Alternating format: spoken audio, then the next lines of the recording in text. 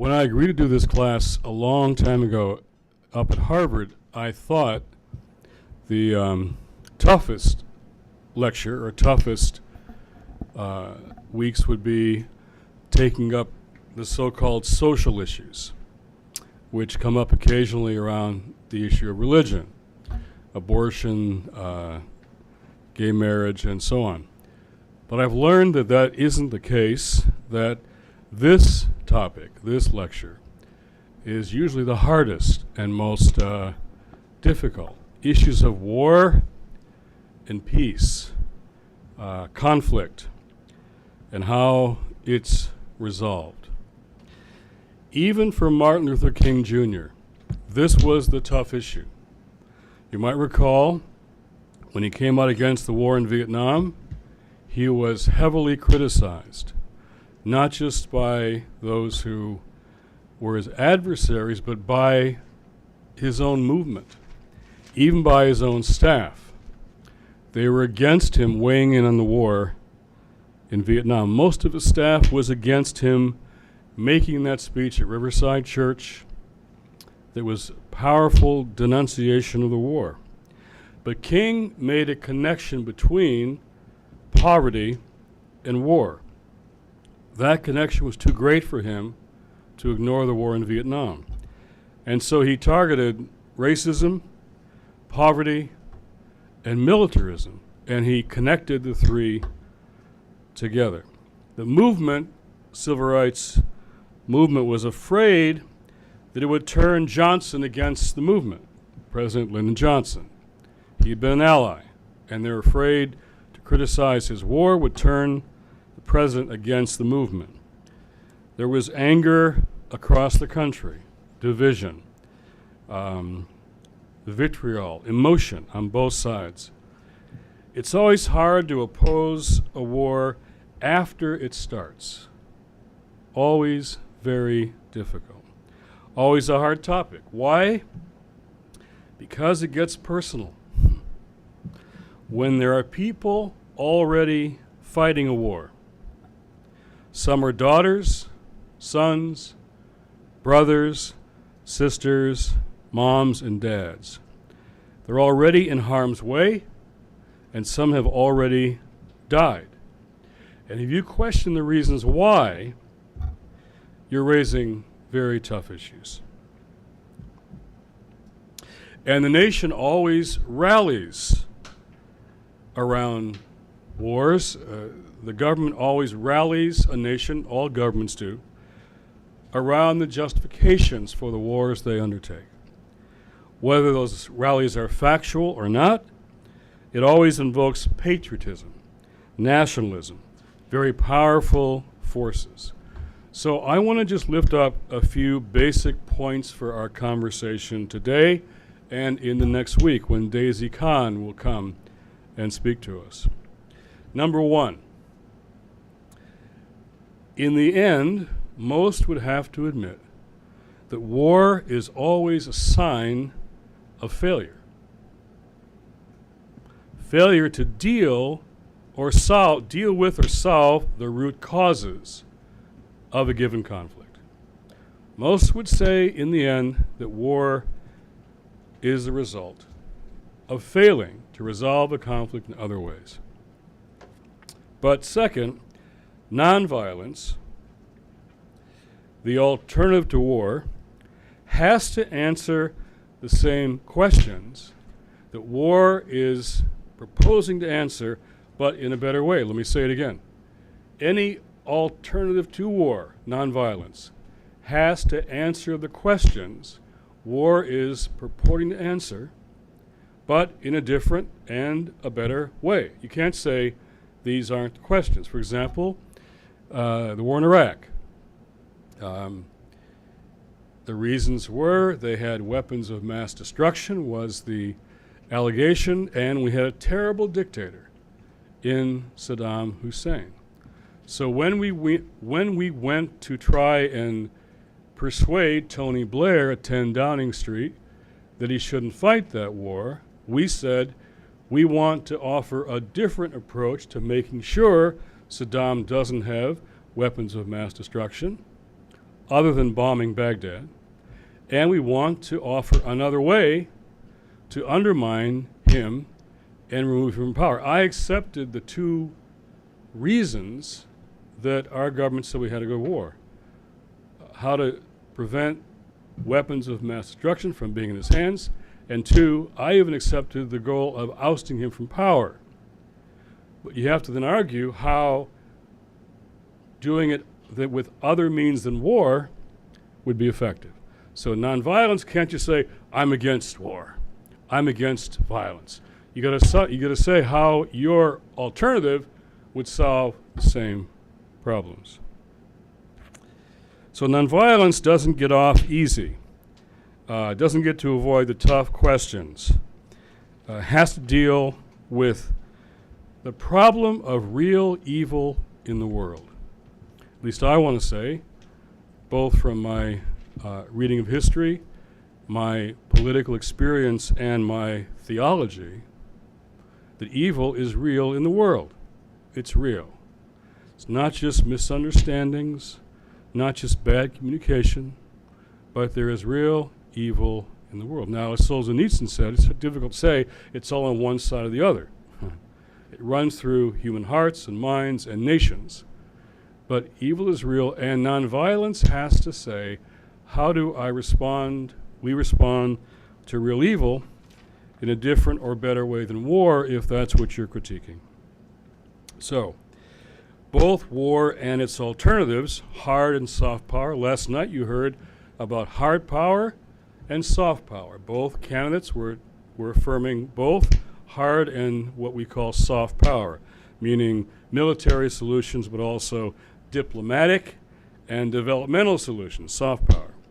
But I would say they both have to be judged by their results. Are they working?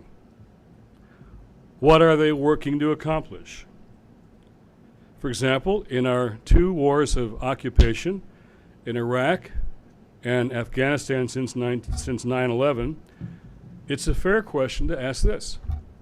Have we killed more terrorists than we have recruited by those two wars and by our war against terrorism? Have we killed more terrorists than we have recruited? It's a fair question. Are we safer now or not? I'm suggesting war and its alternatives must be judged on the metrics, on the results, not just by the rhetoric of either side. Judge them on the metrics. Finally, and I can say this more easily at Georgetown than I could at Harvard, but for people of faith, the issues of war and peace must also ultimately be answered not just by politics, but by our religious traditions. What do our traditions say about issues of war and peace? Not just what does the president say, but what does our tradition say? I had a debate once with a Southern Baptist on CNN about Iraq. And finally he said, well, we Southern Baptists trust our president. I said, well, that's fine. But the war in Iraq must be judged on the basis of our traditions. Is it or is it not a just war? There are traditions, there are criteria, there are theologies that ask that question. So on that basis, is it or is it not a just war? You don't say the president says so. The president always will say so once they decide to fight a war. So let's start there. If your enemies are hungry, feed them. If they are thirsty, give them something to drink. For by doing so, you will heap burning coals on their heads. Do not be overcome by evil, but overcome evil with good. Romans 12:20 and 21. But I say to you that listen, love your enemies, do good to those who hate you. Luke 6:27. And a text that many of you comment on in your reflections, Blessed are the peacemakers. Not, as you reflected correctly, not blessed are the peace lovers. Blessed are the peacemakers, for they will be called the children of God. Now, I would argue that Jesus' command to love your enemies is probably the hardest of all of his teachings. It's the hardest single teaching of Jesus. I would ask, how many sermons have we heard in our churches about loving our enemies since September 11, 2001? I've heard very few. How many have you heard? We seem to be now in a perpetual state of war with enemies who are very hard to find and completely defeat. And the war on terror is unlike any we've ever had before. Harder still to know when and if it will ever end.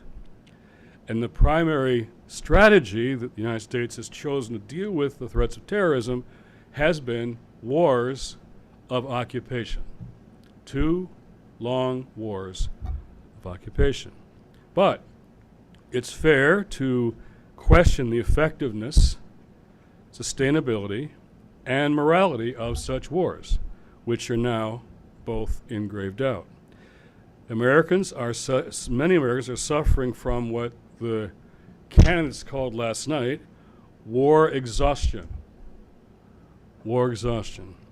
Is there a better way to deal with our enemies, therefore, both perceived and real? If those wars of occupation aren't the best way, are there other ways, better ways to deal with real enemies that would do us harm? Now, nations always tend to turn their enemies into what I'm going to call the other, and attribute all manner of motivations and frightening capacities to them. Now, much of that is often overstated in view of the actual facts, and some of it is always completely false. That's true no matter what nation's going to war. The enemy is the other, and we say who they are, what they can do. It frightens us, and we respond. It's almost always overstated, and we fought the whole war in Iraq at enormous human and financial cost over facts and justifications that were patently not true, making the horrible number of deaths and injuries and permanently damaged lives all the more painful to bear. In Afghanistan, we begin to pursue those who attacked the United States in 9/11, but it turned into now the longest war in American history, and some say with no near end in sight. And the problems seem to get in Afghanistan worse and worse. Now, despite that propaganda, I would say, however, which all nations use, it is also true that we will have real enemies in the world, as persons, groups, nations, even faith communities. Jesus' teaching, this is important now, does not assume we won't have enemies, right? He says, love your enemies. He doesn't assume we won't have them. And he instructs us on how to act when we encounter them. What Jesus and Paul are saying in these passages that I just read, I would suggest is actual guidance for better and even more effective ways of dealing with our enemies. Not dealing, but how to deal with them. And it may well be that our continual habit of going to war with our enemies to deal with them is running out of any real effectiveness and even moral support. Another way to deal with this is to discuss the problem of enemies, conflict, and violence and war in another language. The first day we went around the room, and a couple of you mentioned you were taking some courses with the title or some studies called conflict resolution. Conflict resolution is a concept and course of action that is growing in the field of battle around the world, and more people, especially young people, are turning to conflict resolution skills with fresh and creative energy, and it's a whole new discipline and even experimental practice that is now emerging. How do you solve conflicts? Now, let me begin by saying, with the recognition, I would suggest that human conflict is inevitable. Human conflict is inevitable between persons and families and groups and clans and tribes, nations, churches, cultures, nation states.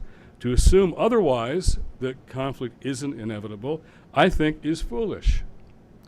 From the perspective of history, and certainly from our best theology about the nature of the human condition. Yet, and this is critical, most of our human conflicts, most of them are resolved without conflict, without recourse to violence. Think about it. Most of our conflicts are resolved without recourse to violence. Most of our very human battles end without killing or wounding one another. Now, in that second debate between Romney and Obama, you thought we might get into that for a few moments when they're two boys on the stage, there was a little testosterone going on there. You thought they might break into some conflict. But they were sitting down this time and seemed much nicer. That's a conflict. There is huge conflict going on in this country right now over this election. Huge conflict. Tremendous money and power and interest and influence, winning and losing. Some will win and some will lose. But most likely, on November 6th, in this country, nobody will get killed because of that conflict. Many other nations, people die on election days. But elections by themselves are a way to resolve conflict without killing each other.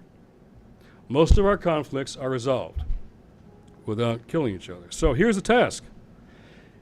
The obvious task before us, in a world engulfed in so much conflict, our task is to increase the number of human conflicts that can be resolved with more peaceful means.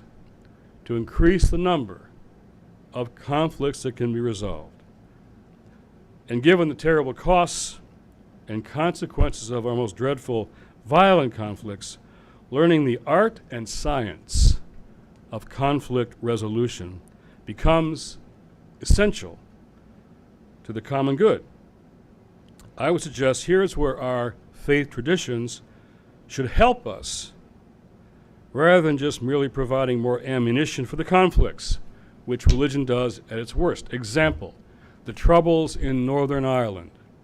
You all know that history was before you were paying much attention to all of this, but those conflicts were, in fact, religious conflicts based on economics, lots of other things, but they were Catholic and Protestant. So when I was invited to come and speak in Northern Ireland, it was 2,000 people sitting there, and my topic was the Beatitudes, Jesus' Sermon on the Mount. What did the Beatitudes mean for the conflict? I saw in the first row a number of women who were very striking for some reason. They were very striking, and the emotion in their faces as I spoke was very obvious. And I asked who they were afterwards. And they were the mothers of the young people killed in the Troubles. They were both Catholic and Protestant, sitting together side by side in the front row, and they had lost their children to the conflict. And now they're part of a group called Corrymeela, which was a religious community that was reconciling Protestants and Catholics trying to find an answer. And when the solution finally came, which you all read about, it was because of groups like Corrymeela who created the pathway for people to talk to each other. So here's a conflict that is because of religion, but then here's a community that's religious helping to resolve that conflict. So Jesus' instruction to love our enemies, I want to suggest, does not mean he's suggesting we simply submit to their demands and their domination over us. I don't think that's what it means. In fact, when he said of what his followers should do, like turn the other cheek, go the extra mile, give your adversary their cloak, he's really implying a strategy that is more like nonviolent resistance than weak submission. And these were tactics to shame and confront Roman soldiers who were the occupiers of the Jewish people. When you can't defeat your enemy militarily, there are other ways to embarrass him, reveal his hypocrisy, and even force him to think about what he is doing. Those who want to explore that further, I would suggest Walter Wink, The Engaging the Powers, and Glenn Stassen, Just Peacemaking, describing their exegesis of the Sermon on the Mount in terms of nonviolent strategy. It's a very interesting reflection. Now, Paul's words are fascinating because he suggests that we, did you hear it? Heap burning coals of shame on their heads. That doesn't sound like pacifist talk. What's he saying? Is that consistent with loving your enemies? Yes, indeed. It means to surprise them with your behavior in ways that could even make our enemies reconsider what they're doing to us and to others. If your enemies are hungry, feed them rather than acting to make them hungrier and angrier. If they're thirsty, give them something to drink instead of policies that cause their loved ones to die of thirst. And turn them against us further. Paul is not suggesting here a naive pacifism, but rather a shrewd way to change a situation, turn the tables on the enemy and change the outcome of conflicts. Now, practically, when the president had his suggestion for the surge in Afghanistan, more troops in Afghanistan, and the pacifists said no, and the just people said yes, what I did was I went to the organizations who are working on the ground in Afghanistan, relief and development organizations. They had been there for years. They have been there long before any U.S. military presence. They would be there long after any U.S. military presence. And I asked them, in a situation of conflict like that, what is the best thing to do? And some of them said, if the U.S. were to drop large amounts of food and medicine into enemy territories, it could have a greater effect than our bombs do. They suggested a surge in development activity in Afghanistan, a massive surge of economic development. Bombing an enemy population, they said, can unify them against you and even pull them together around the terrible governments and dictators who are often the real targets of our attacks. But people working every day in those places said to me that filling the countries with things they desperately need, food and medicine, could change their attitudes toward us and even their government, who are often not meeting their needs. And they pointed out food is cheaper than bombs. Now, we all know that on a sort of personal level, family level, neighborhood level, we've learned how to de-escalate conflict. When we had a neighborhood center for kids in Columbia Heights, we would teach kids how not to let a fight over a jacket turn into a life and death confrontation, which it often did in our neighborhood. How do you learn to de-escalate conflict?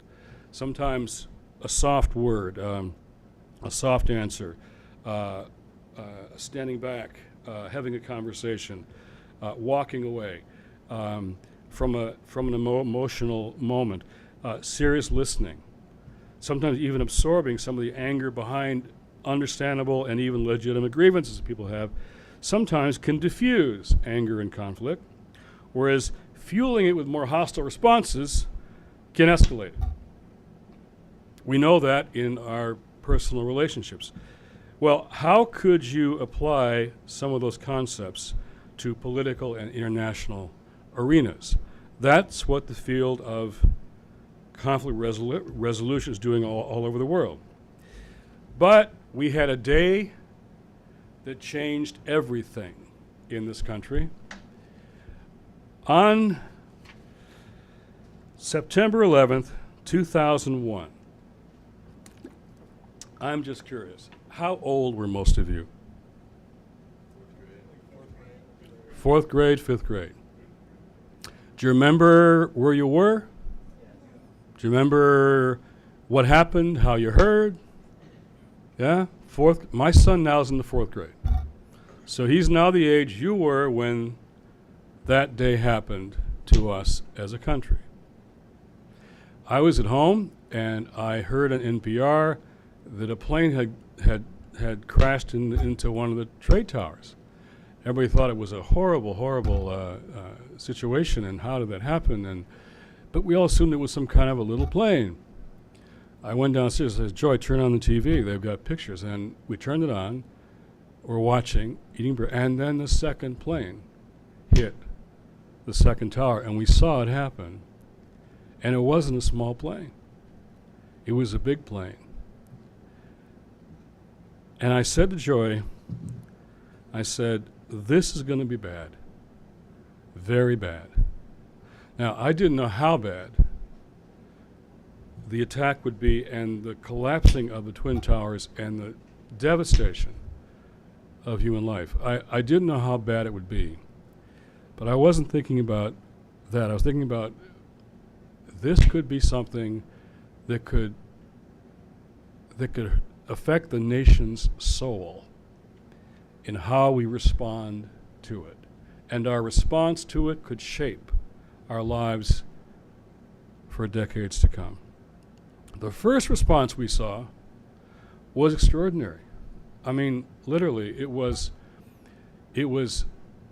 people giving their lives for complete strangers. Firefighters, police, security, and just ordinary people literally helping each other and looking after each other and trying to protect and save each other and giving their lives away for people they didn't even know. Firefighters going up those stairs to get people down, knowing some would never return, and they didn't. And Joe and I watched the stories, and there were incredible stories, heroic stories. New Yorkers being their brothers and sisters' keepers, taking care of each other. It was extraordinary in those first few days. It happened in D.C., as you know, here, and we saw the smoke coming up from the Pentagon. No one knew what was happening. People literally began to run out of their buildings downtown and run home, walk and run home. They couldn't get subways. There was too many. And our son Luke was 3. And Joy and he set up a little water stand in front of the house. People rushing by to give them water. And we had a prayer meeting at Sojourners. People just stopped in to pray, terrified. What's going to happen here? There's a plane. We don't know. Plane was coming in to Washington, it looked like. And it went down instead in farm fields in Pennsylvania. So we were, for the first time in our history, we felt vulnerable. Now, in Tel Aviv, in San Salvador, in Cape Town, in London, in Belfast, people feel vulnerable and have for years. It's a part of the human condition. But here, we didn't feel vulnerable. Most Americans in this country didn't feel vulnerable. They had never felt that before.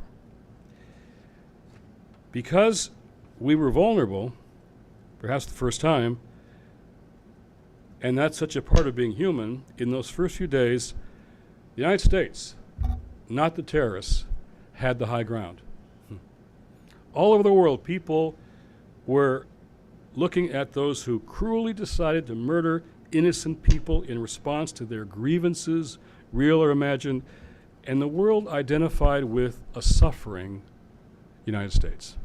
Even the French newspaper, Le Monde, which never says a thing good about Americans, said, headline, "We're all Americans today." That's what the headline said. I was most worried about how the U.S. government would respond, what the official action would be, and before long, it was defined as a war on terror. And so the way we responded as citizens, as individuals, was very different than the way that the official response came in a short time. A decade of war on terror resulting in many more innocent casualties than we even lost on September 11th. We quickly were responsible for more people, innocent people, nothing to do with 9/11, dying than we had suffered ourselves. Now, the opportunity for a deeper understanding, for reflection, for redirection, would elude us as our leaders, I would say, decided to erase our vulnerability, erase it. Convince us that they were erasing our vulnerability in their war on terror. Of course, that's impossible to do. And now we know that we're still vulnerable.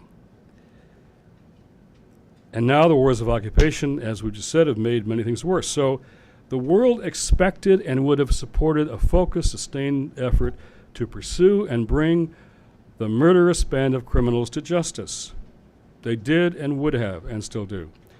But after 10 years of manipulated and corrupted intelligence, continual war, practices and policies, yes, of torture, secret armies of assassins, global violations of human rights, indiscriminate violence with countless civilian casualties, and trillions of dollars spent, we have lost the high ground.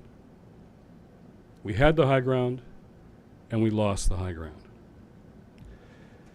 The good news is that in the 10 years and now more since, a better response is now being constructed. I would say particularly by people who were in the 4th grade or less during those days. Those of you who were my son's age now in the 4th grade, it happened to you, and now your generation is responding, I think, in some very different kinds of ways. Now, I can't tell all those stories, but I could, if we had time, talk about how people of faith in many different traditions are reacting differently than the adults in their war on terror. I could tell you about pastors defending Muslim congregations, Christian churches, literally circling around Muslim congregations when they're being attacked by other citizens. I could tell you about people praying together, fasting together, sharing Ramadan together, talking together. There were never conversations in churches, Wednesday night conversations, with Islamic leaders, imams, to talk about the meaning of Islam before 9/11. Afterwards, you had hundreds of people coming to those conversations in the Presbyterian Church midweek. None of that was talked about very much in the media response because the media loves conflict.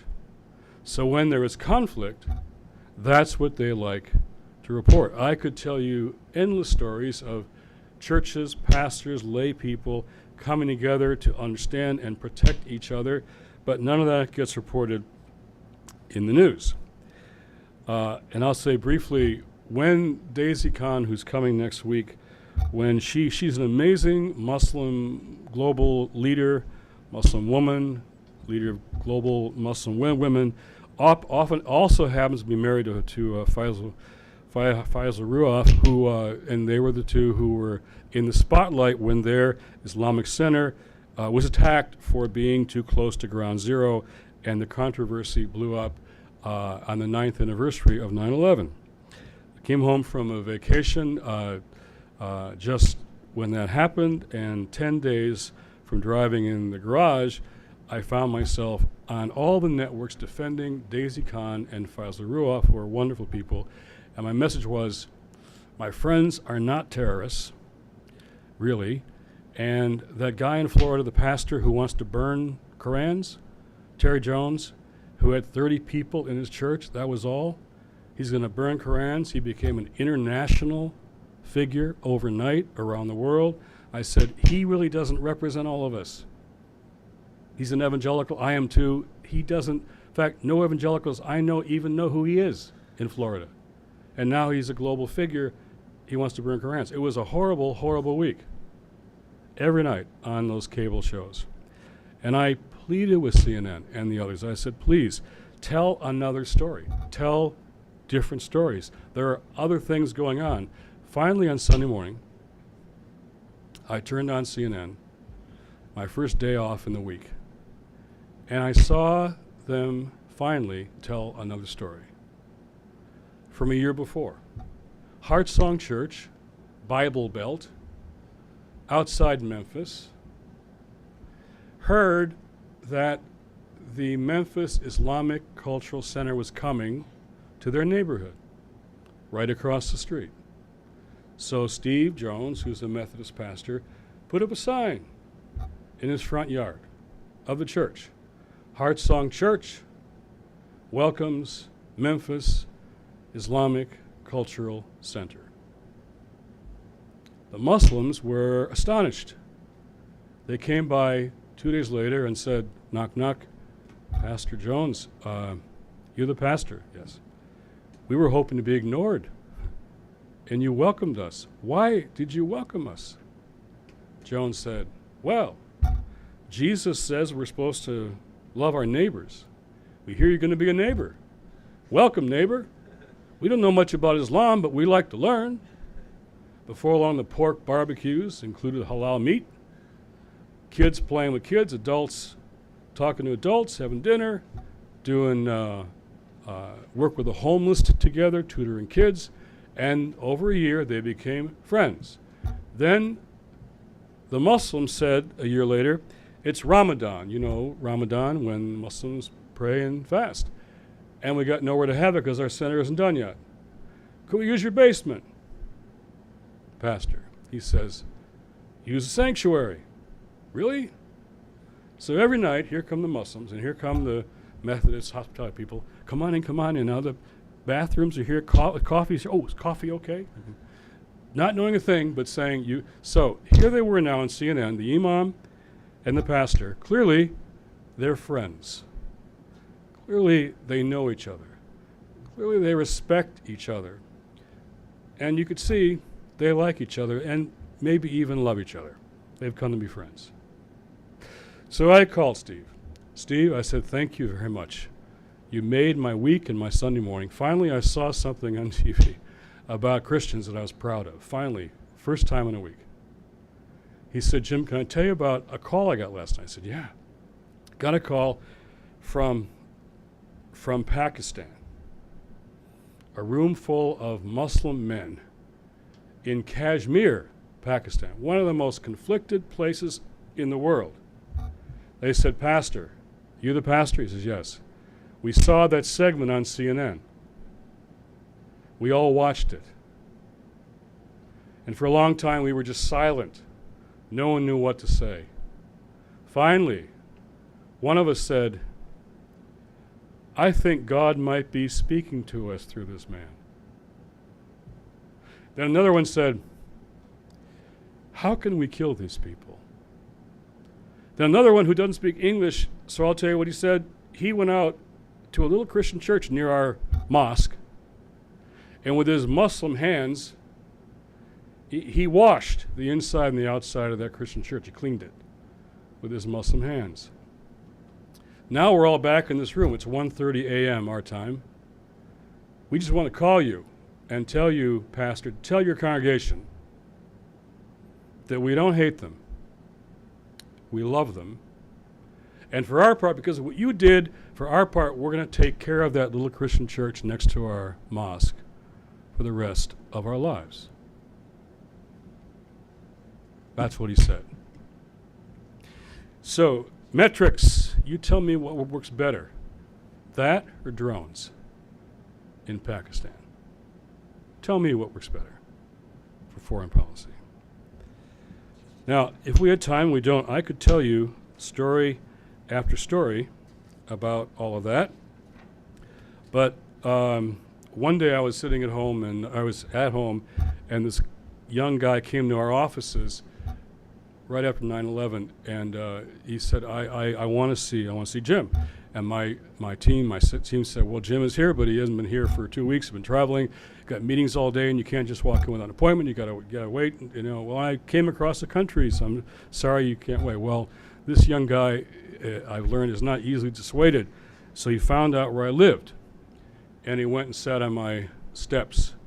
And I got back at 9 o'clock that night, and there he was, sitting on the steps. A young Muslim kid at the time. His name is Ibu Patel.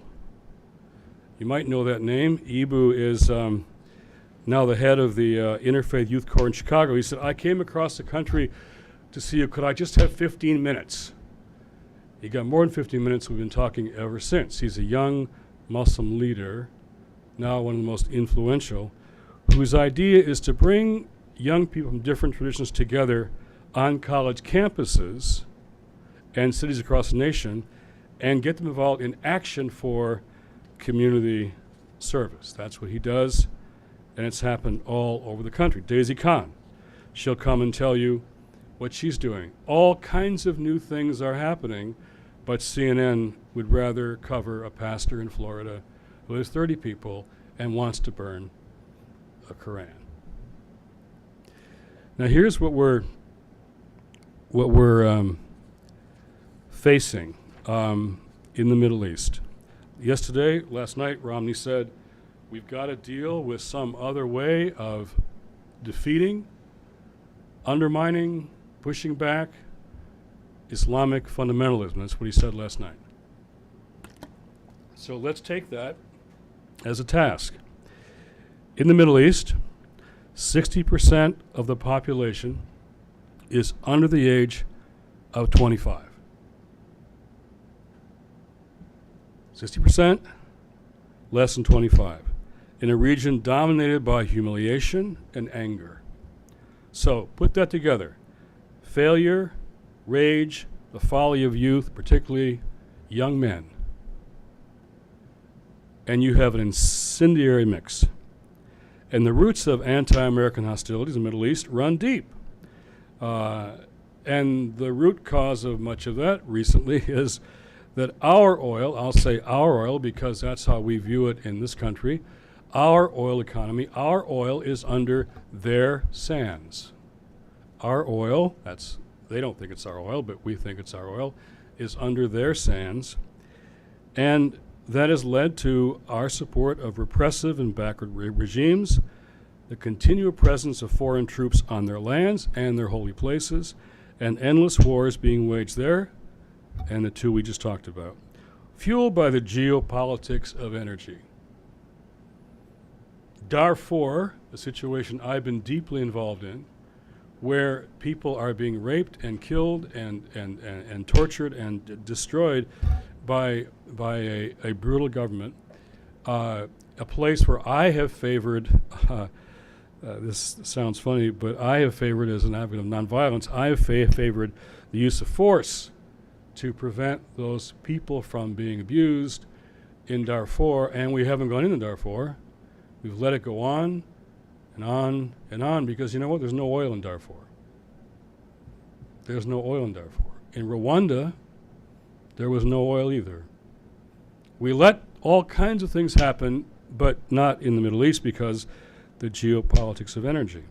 Now, in that incendiary cocktail, the unresolved Israeli-Palestinian conflict still drives the deepest emotions of mutual frustration, fear, retaliation throughout the Middle East and the world.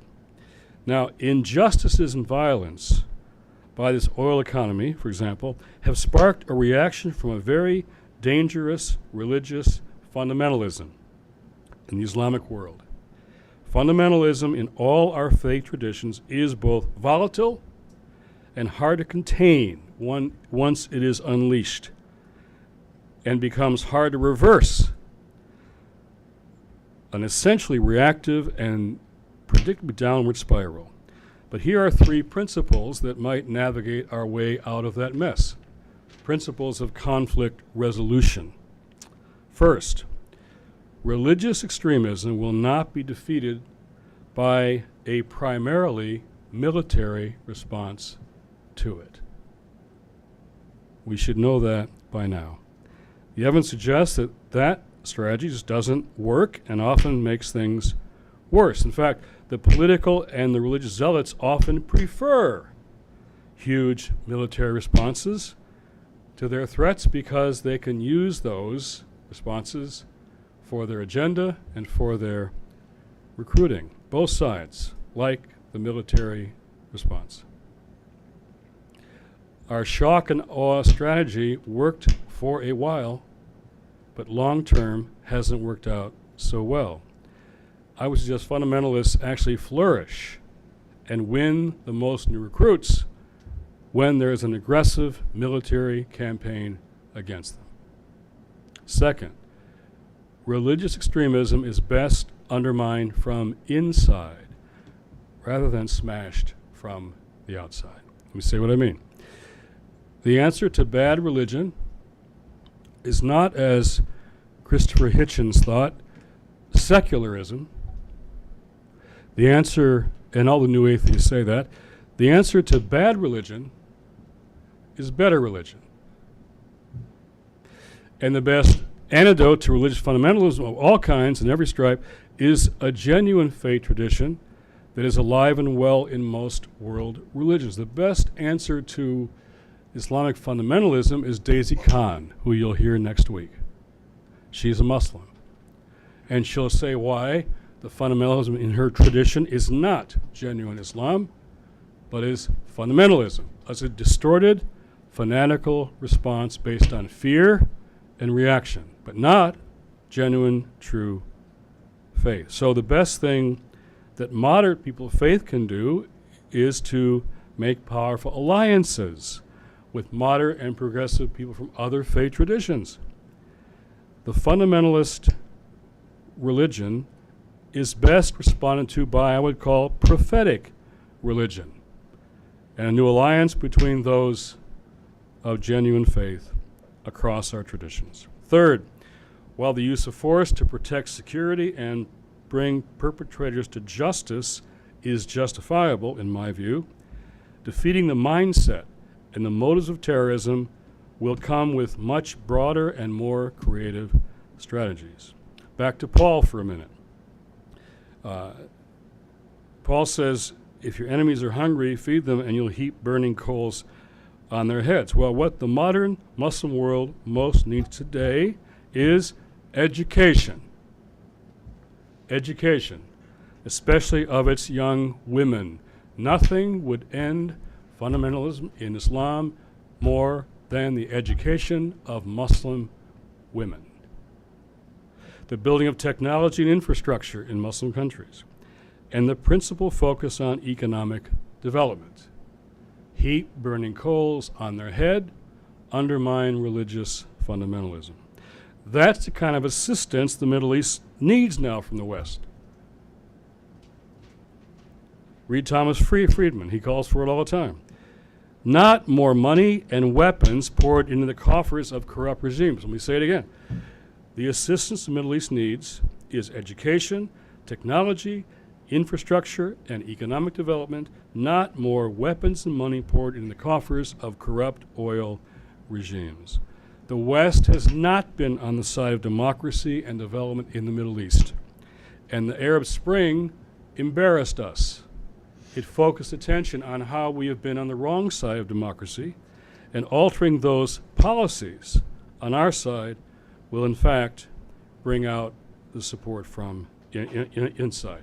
Lastly, I'll just share a little recent story I mentioned here in class once.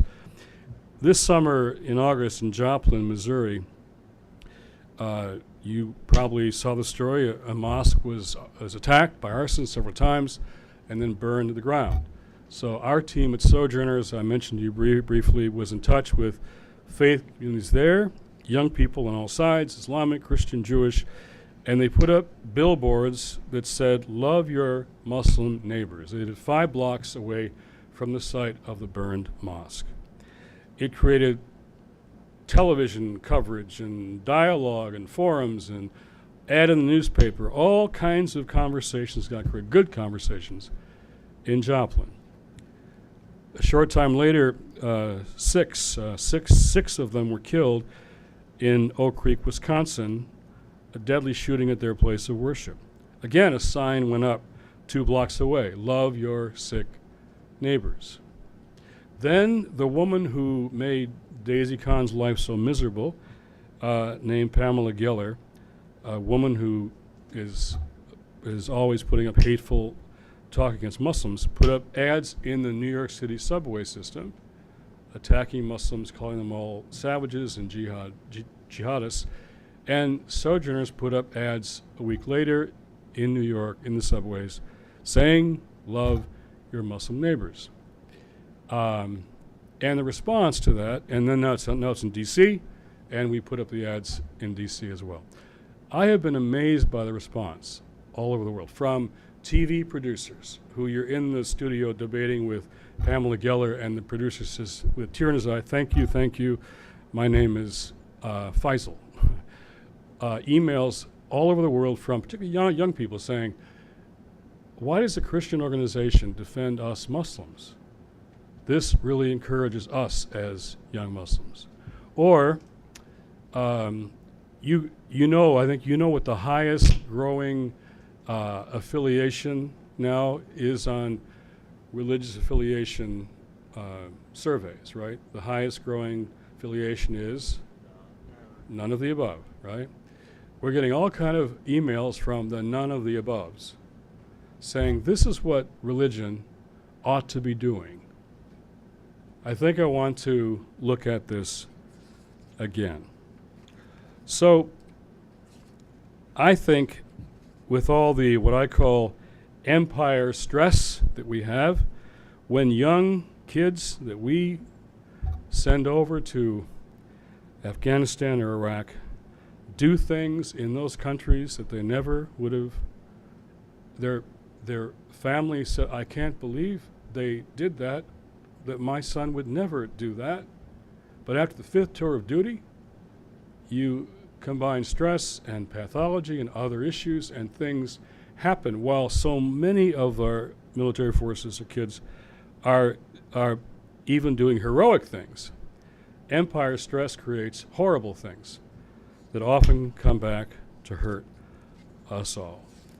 Finally, I think the answer from your reading with Waller Jones, Congressman, is really humility. Humility. He voted for the war, even though he knew the intelligence was not right. He thought it was not right, but he voted for the war because he was in a district where Camp Lejeune sits. He had 50,000 retired military in his district. So he voted for the war. Then he goes to a funeral of a young man, sits next to his wife, and the little boy drops his toy in the ground. And big, strong Marine walks over and picks up the toy and hands it back to the kid.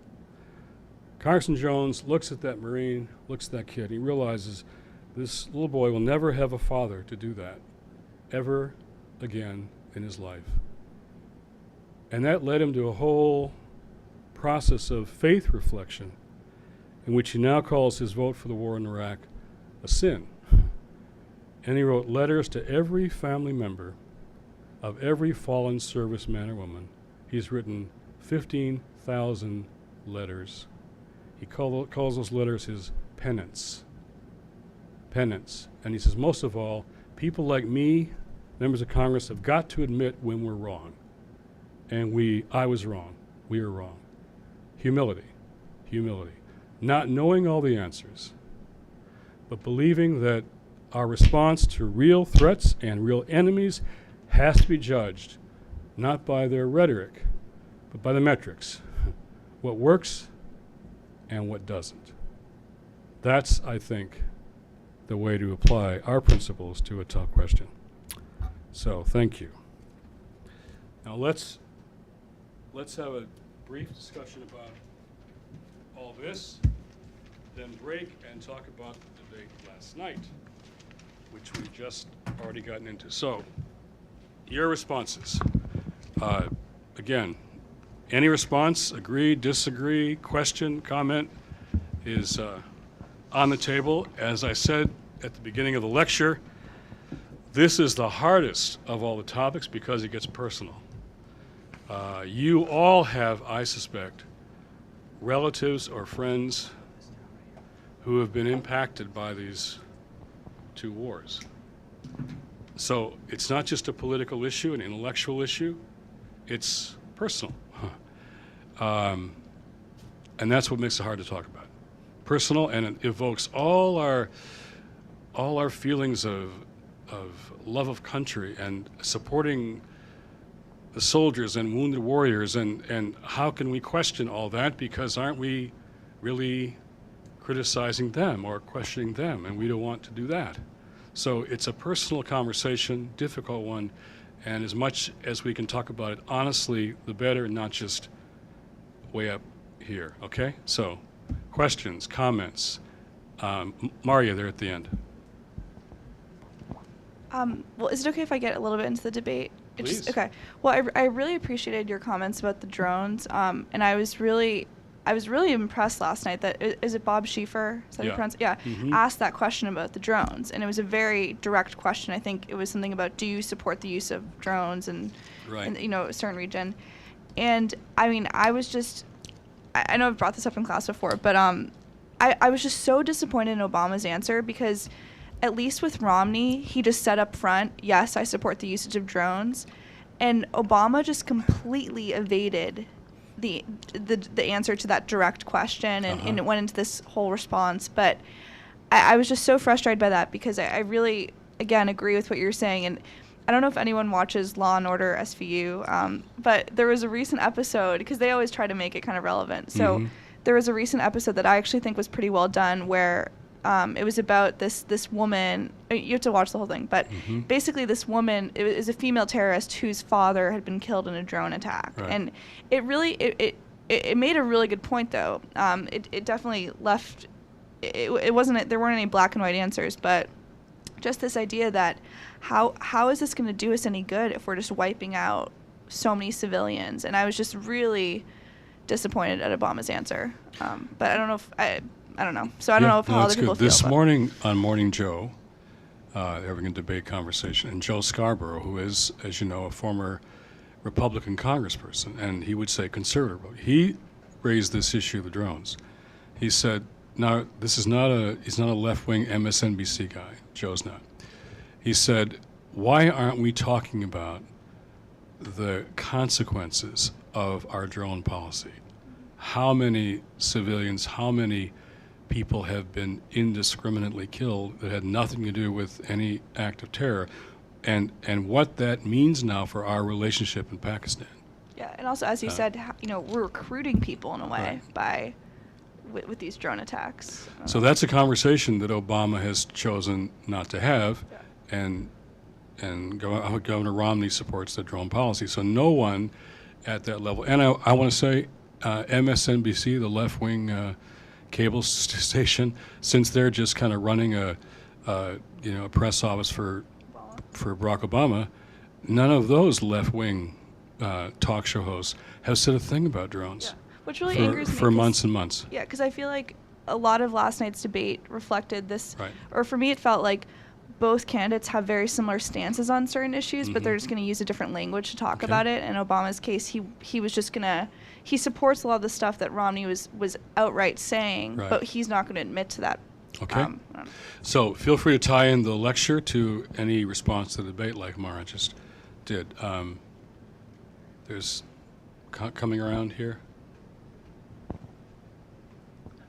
Then across after you. Next. So I'm from New York, so obviously I was there when 9/11 happened. And you were in the 4th grade or so? Yeah. Yeah, okay. And, obviously there's a lot of compassion going on and people were hurt, but there's also a huge amount of anger, So, like they sort of attacked us. Like, how could you not declare war on them? Like, so what would you say would have been the more correct or appropriate way to respond than the way that we did? Well, what I said in the lecture was, I think most of the world would have expected and supported an effort to go and find the people who perpetuated this and bring them to justice. So the initial foray into Afghanistan was something most of the world was supportive of, even both sides of the aisle. But the war in Iraq was a whole different question. It wasn't about 9/11, it was about Saddam Hussein. And the police action, you might call it that, has become a 10-year war of occupation in Afghanistan. What has not worked, I think, is wars of occupation as our principal tactic in the war on terror. And so, I mean, I think there could have been even more in terms of there could have been some international trial, international law used against the people who did this, and then the international community going after them, not just the U.S. But going after those who did this is something most of the world would have supported. But turning it into 2 long wars of occupation, which has happened with all the consequences, policies of torture and drones and human rights violations around the world, and you know, innocent casualties that had nothing to do with anyone who attacked New York. People who were killed that had nothing to do with that in Iraq and Afghanistan. That's why we could have kept the high ground if we'd have gone after those who did this in a focused way. But 2 wars of occupation, a war on terror that no one knows how it would end or when, that's what's lost us the high ground. Yeah. Yeah. Right here across the table. Then we'll go down there. You said in your lecture that in the Middle East, 60% of the population is less than 25 years of age. And then you continue to say that there's a culture of shame, especially for the male population, is what I understood that you were saying. And I just wanted some clarity. I wasn't understanding exactly what the point was. In the Muslim world, there is a feeling of humiliation and anger. The anger is on all sides here. That's conflict resolution. Usually there's anger on all sides. The Muslim world feels humiliated by the last several decades, in fact longer than that. So from the West, they feel humiliated. So, and also most of them are not very proud of their own governments. In fact, many of their governments they're not real countries. They were created by the British, by oil politics. They aren't real nations with a history and a tradition. So you have that kind of culture of feeling, and they feel like they have failed. There's not a feeling of great success. They're backward countries. So failure, humiliation, shame, anger, and you tie that to being under 25. And I think particularly for young men under 25, that's an incendiary.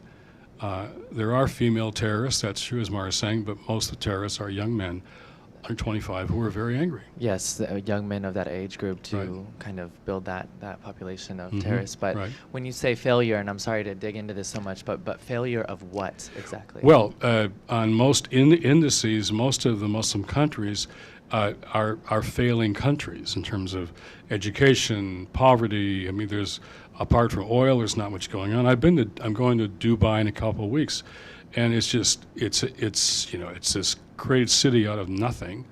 It's in the middle of the desert, and there's these hotels that are 10-star hotels.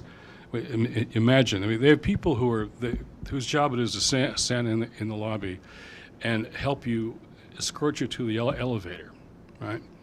But all the workers there have to give their passports to their employers, so they can't leave, and they're stuck, and it's a slave country, basically. Those at the top rule the country, and everybody there who works there is, I mean, I could tell you stories, horrible stories, but it's not a kind of a economy or a culture that you'd feel proud of unless you're at the very top. So there's a feeling of shame and backwardness, and that we're losing politically, and so there's an anger and a shame and a humiliation in the Arab world. And the Arab Spring was the first time a new generation tries to say, we want the kind of nation that we want to live in. We want to have a place for our kids. So the Arab Spring was an effort to build a civil society, new democracy. It's been harder than those activists thought.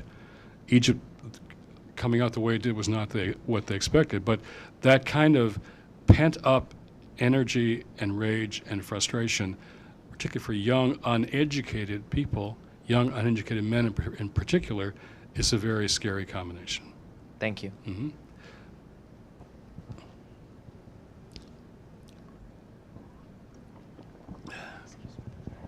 I really enjoyed the fact that you just brought up Dubai, because I visited there about a summer ago, like 2011, and I noticed the same exact things firsthand, because Dubai is considered kind of a jewel of the world, and particularly the Middle East, and it's supposed to represent this great progress, that the Middle East is supposed to be some whatever, and in reality it does. It represents a lot of severe issues with this capitalistic, I don't know, push, and a lot of labor issues, and it's real. Like, I went to go get my hair done, and when I mean it's like a funny story, but it's real. It was like a factory of Malaysian women. Yeah.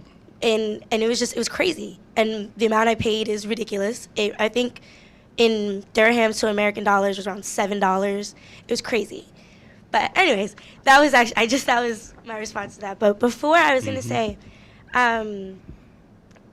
talking about kind of how we perceive the West to be pushing democracy and in the Middle East, and how it seems to me that most people don't really pay attention.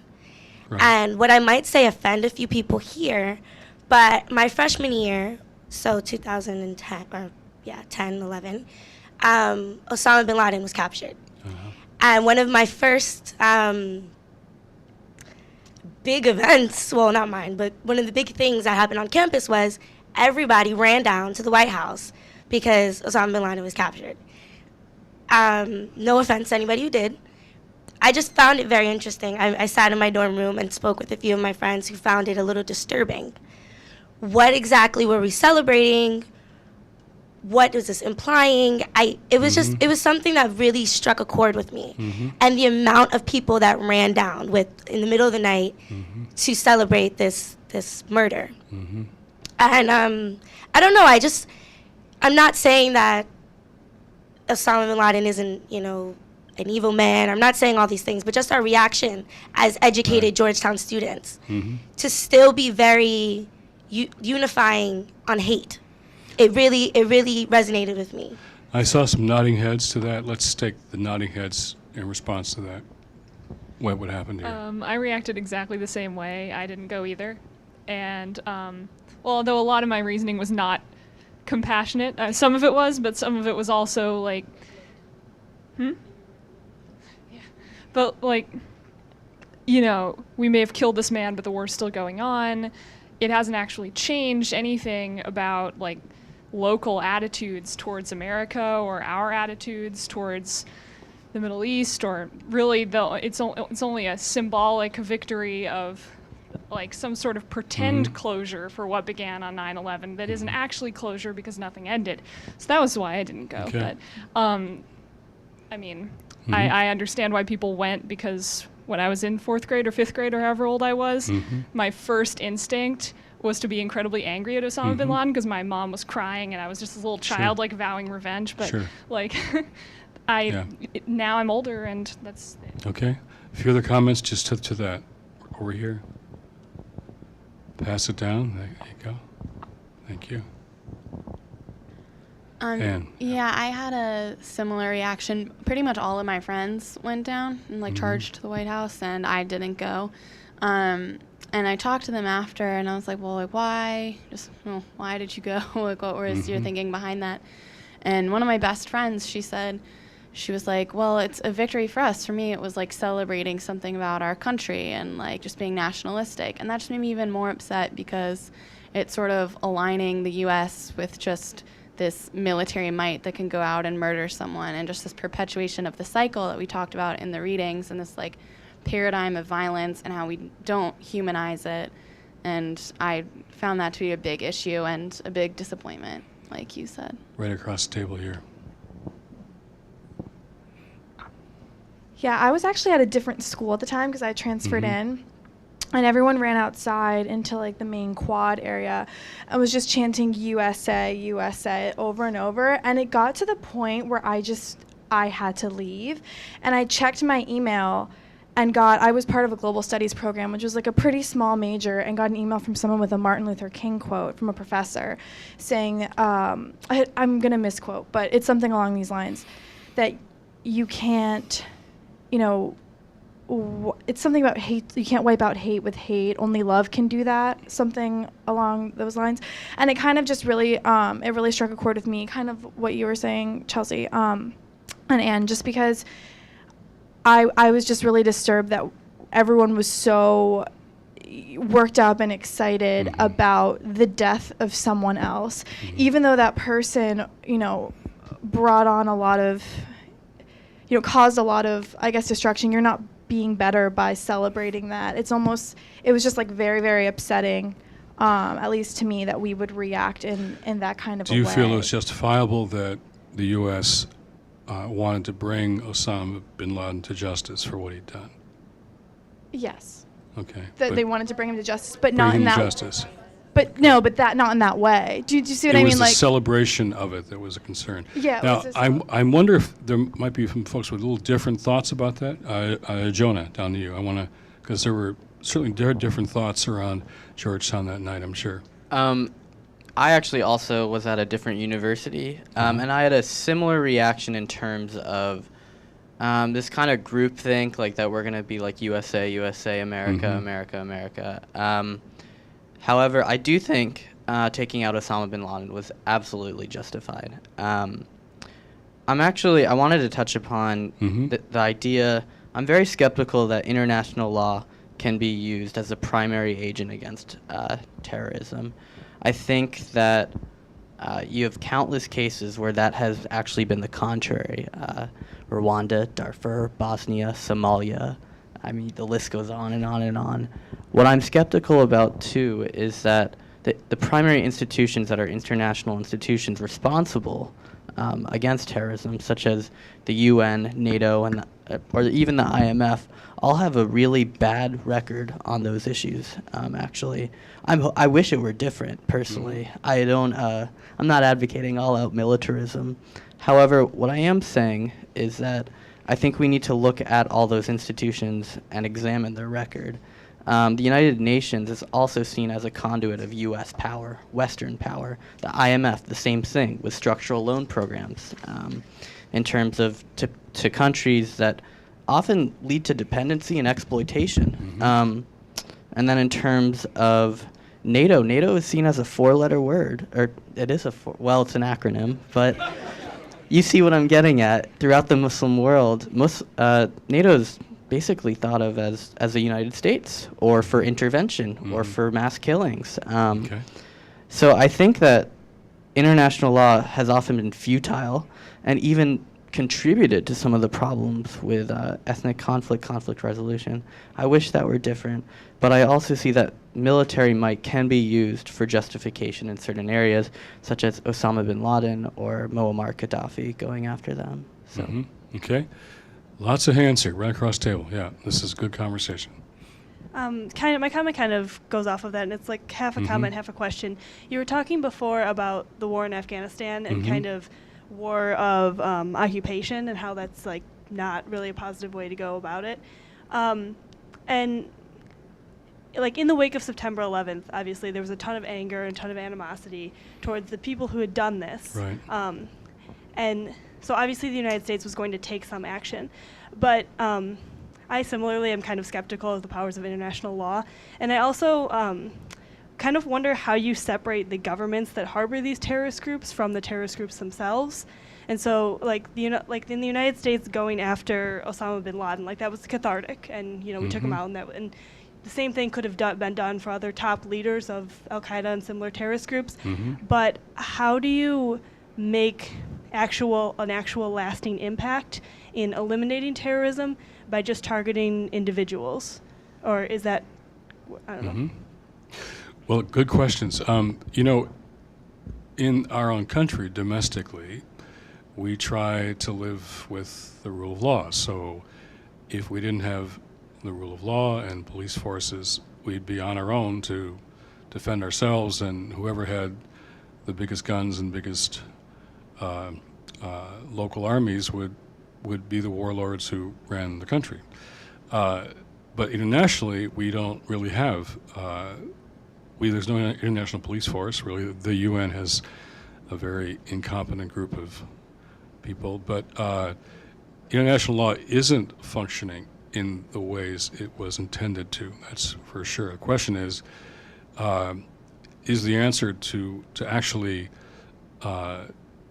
make international law function the way it's supposed to, or are we just in an anarchical global environment, and that depends on the warlords, we being one, using their weapons to enforce their own interests. And does the rest of the world trust the United States to be the enforcer of global values? Whose values are we? We didn't do Darfur. We did do Iraq. In fact, a friend of mine is a British general, and he runs a whole special forces division that does military forces, policing, road, building bridges, all kinds of nation-building things. It's quite an unusual division. And I said, his name is Tim Cross, I said, Tim, could your division have gone and protected Darfur? And he says, oh yeah, my division is perfect for that. We could, because there was only these Janjaweed thugs who were doing this, and they're not that many, and we could have dealt with that. Why didn't you do that? Because the British couldn't do that again after Iraq. After we went into Iraq, we couldn't possibly go into another Muslim country and do that thing again.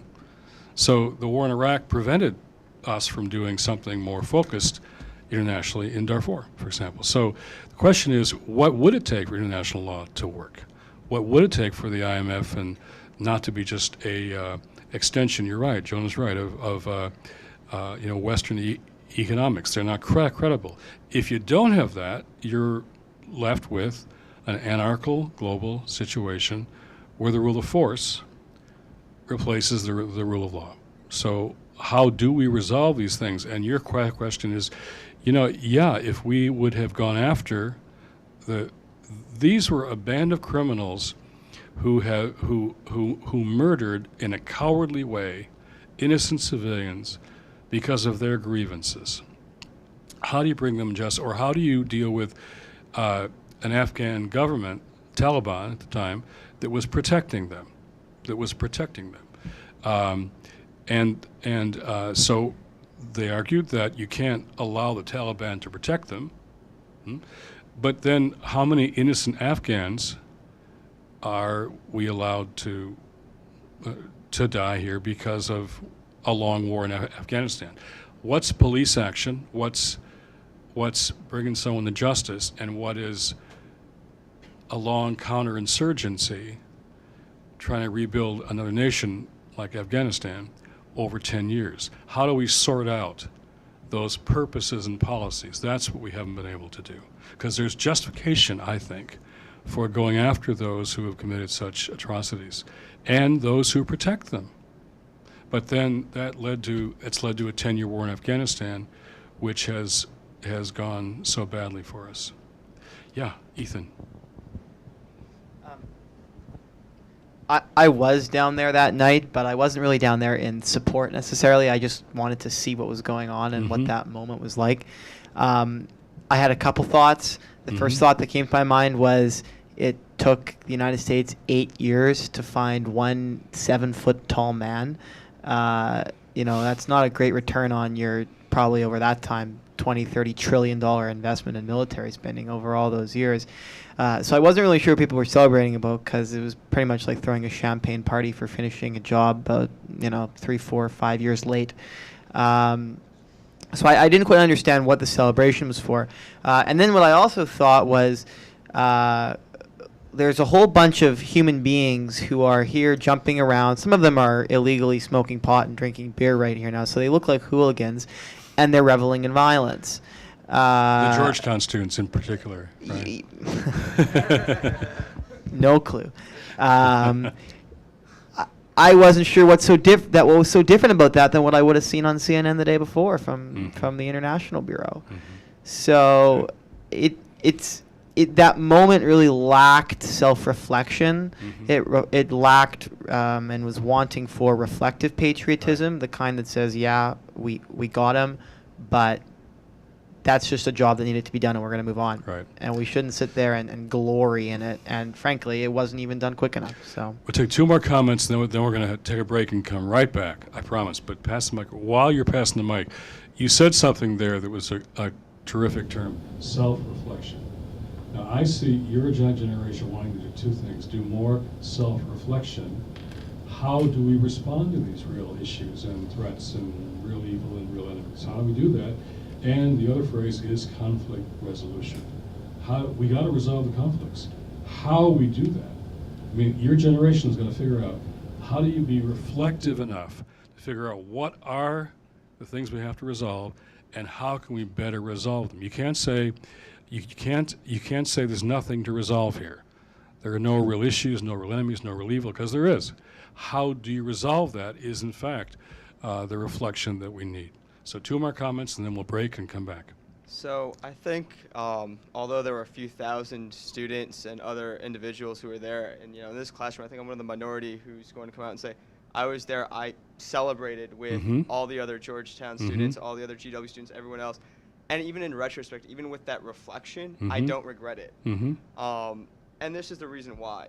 Coming from a background, not just in the United States, but from India, which has experienced a significant amount of terrorism. I was in India when the parliament was attacked, and seeing the different kinds of reactions. But the fact is, this, terrorism hasn't come to an end, no matter how much restraint's been shown. And I thought that with going after bin Laden, regardless how long it took, it was a very judicious process, and it was a commitment to prosecuting an individual who had committed not just one horrendous crime, but multiple horrendous crimes, and had perpetuated a cycle of violence, not just against the United States, but against his own people. It's something that, when they finally killed him, took his journals, that he was trying to acknowledge that the consequences of his actions had terrible effects for Muslims as well as it did for other individuals he saw as his own enemies.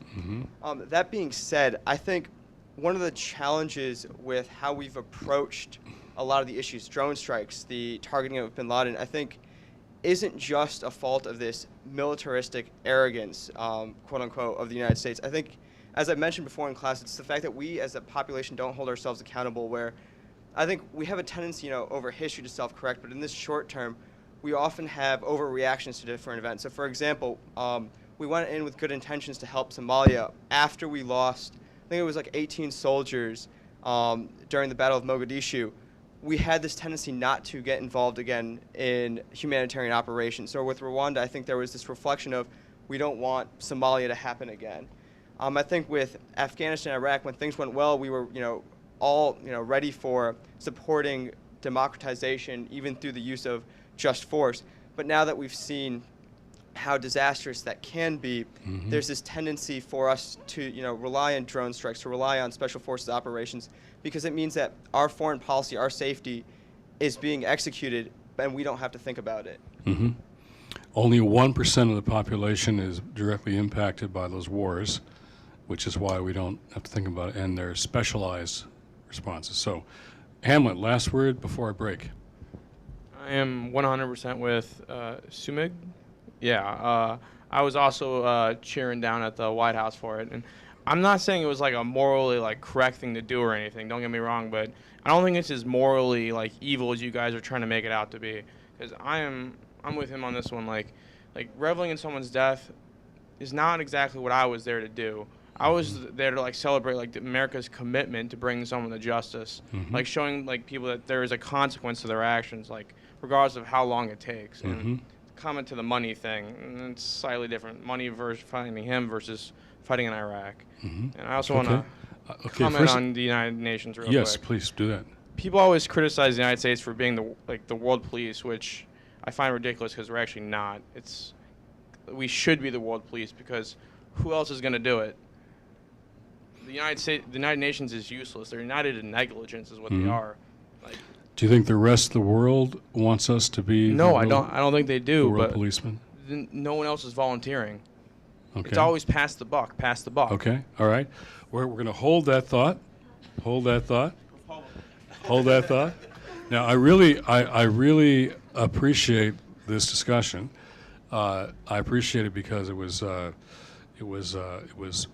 intellectual and personal, and people felt free to agree and disagree. That's real important, particularly on an issue like this. It gets personal. It involves all kinds of feelings and relationships and strategic differences. And so this is a great start. I want to get back to the lecture and debate and your reflections. First, though, we'll take a breath and take a break. And Hamlet had the last word, but I think that's not going to be the last word. There's thoughts down there. All right. Let's come back in about 5 minutes. Thank you.